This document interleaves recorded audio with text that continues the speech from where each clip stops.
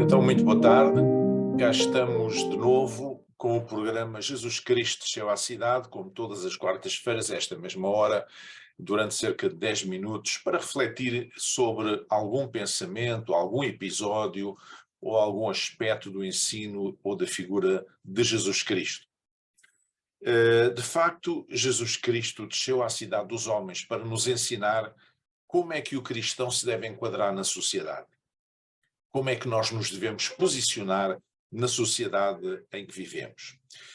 E há um episódio que é relatado no Evangelho de Marcos, no capítulo 12, em que duas seitas político-religiosas judaicas, em Jerusalém, a seita dos herodianos e a seita dos fariseus, foram ter com Jesus para o tentar, diz a Escritura, perguntando-lhe o seguinte: Ó mestre, tu és um homem muito justo e tal, e portanto, diz-nos lá, é lícito pagar o tributo a César ou não? Ou seja, é lícito pagar impostos a Roma, ao Império Romano ou não? Israel e a província da Judeia, neste caso, mas Israel era uma província, digamos assim, do Império Romano. Portanto, tinham perdido a sua soberania nacional e portanto, tinham um governador de Roma.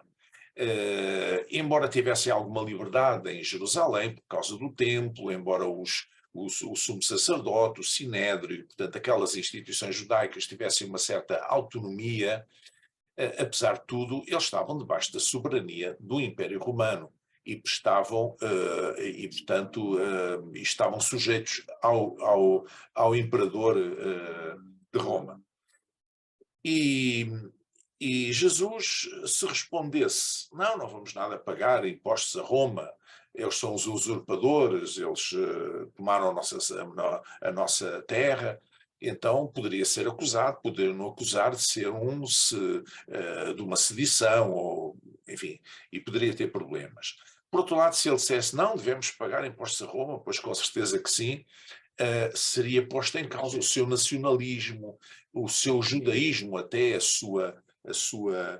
digamos, o seu compromisso com o poder religioso. Então Jesus o que é que ele fez? Pediu que lhes mostrassem uma moeda. E a moeda tinha uma efígie, digamos, de César, do imperador, e ele disse: quem é esta efígie? É de César.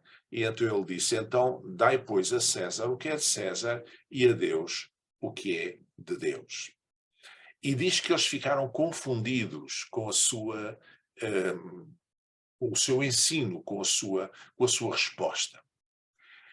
É preciso dizer que antes da criação do Estado laico, antes da Revolução Francesa, no século XVIII, antes da modernidade, que vem do século XVI, XVII, por aí, que redundou no Estado laico e na separação da Igreja do Estado. Portanto, e hoje os países mais desenvolvidos e mais avançados, civilizados, são de facto Estados laicos, em que a religião é separada do Estado, e é assim que deve ser, para que qualquer pessoa possa ter liberdade para ter a sua religião. Mas muito antes que isso acontecesse, já Jesus ensinou que o cristão vive entre dois mundos. Perdão, o secular e o mundo espiritual. O reino dos homens e o reino de Deus. E nós temos obrigações para com ambos. E só no caso de um choque de consciência é que deve prevalecer o princípio dos apóstolos, perdão,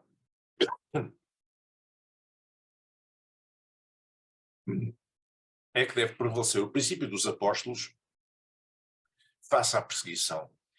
E o princípio dos apóstolos é: mais importa obedecer a Deus do que aos homens.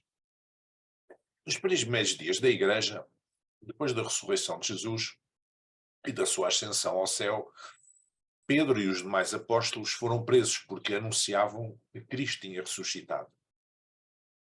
E não só o anunciavam, como eles próprios anunciavam o seu nome e havia milagres a acontecer em nome de Jesus.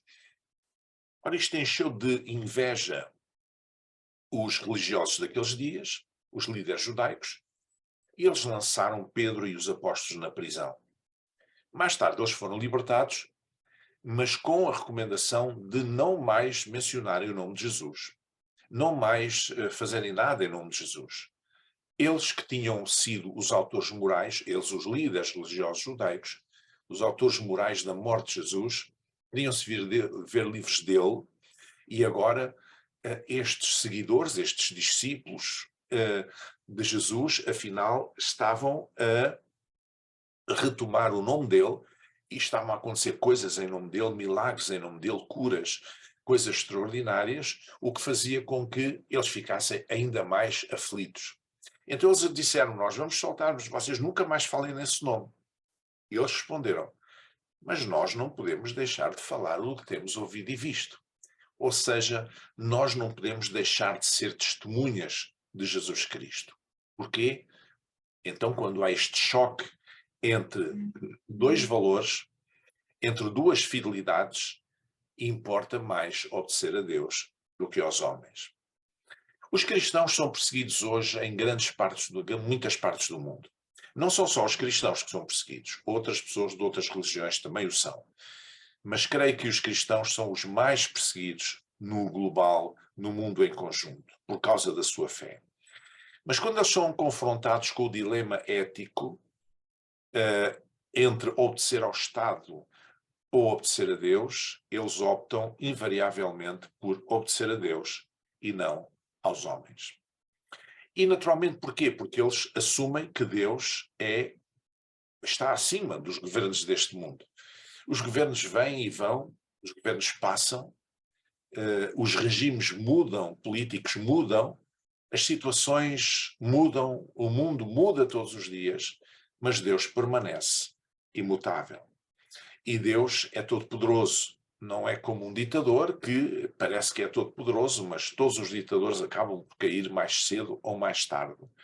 Mas Deus continua lá no seu trono. Além disso, mesmo na lei dos homens, há situações em que um cidadão pode desobedecer a uma ordem ou uma lei iníqua. Isto é legítimo. Se a lei for iníqua, se a ordem for iníqua, então o cidadão tem o direito de recusar obedecer a essa ordem. E se isto acontece no mundo dos homens, mais ainda acontece quando estão em causa convicções espirituais e a lei de Deus. Então, é importante saber que o cristão move-se entre dois mundos, move-se em dois planos, no plano secular e no plano espiritual. Nós somos cidadãos da terra e cidadãos do céu. Nós somos cidadãos de uma pátria, de uma nação, é a nossa nação, que tem um hino, que tem uma bandeira, que tem uma história, mas ao mesmo tempo também, como cristãos, nós somos cidadãos do céu. Somos cidadãos de uma pátria celestial. Movemos-nos noutra dimensão. E não apenas na dimensão meramente humana, meramente secular. Ou seja, nós precisamos de sabedoria para fazer isto. Há pessoas que apenas querem obedecer aos homens e não obedecem a Deus. E há pessoas que também querem apenas obedecer a Deus e não obedecer aos homens. E nós temos de ter sabedoria para fazer como Jesus disse: dar a César o que é de César e a Deus o que é de Deus. Não é muito difícil fazer isso.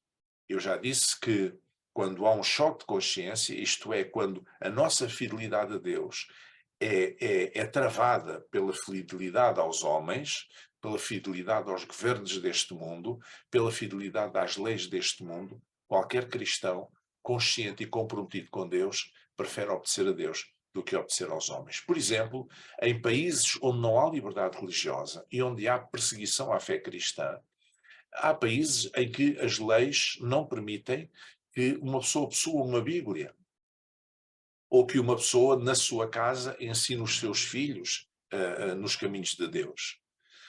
E um pai de família ou uma mãe terão que tomar uma decisão. Ou obedecem ao governo, ou obedecem a Deus. E, portanto, normalmente obedecem a Deus. É claro que muitas vezes acabam por pagar as consequências, sofrer as consequências dessa desobediência para com os homens, mas eles estão a obedecer a Deus e terão o seu galardão. Mas para conhecer a Deus, para poder-lhe obedecer, nós precisamos de o conhecer. E conhecer a sua vontade Para isso é necessário ouvir a palavra de Deus. Por isso eu convido todos aqueles que residem na região de Setúbal para participarem nas nossas celebrações aos domingos, todos os domingos, às 10h30, na Igreja de Jubileu, na Rua Frei António das Chagas, número 47, no bairro Montalvão, em Setúbal, ou então seguir online as nossas reuniões. E por isso fico por aqui esta semana. Na próxima semana, querendo Deus, encontrarmos-nos à quarta-feira a esta mesma hora. Fique bem, fique com Deus, Deus o abençoe.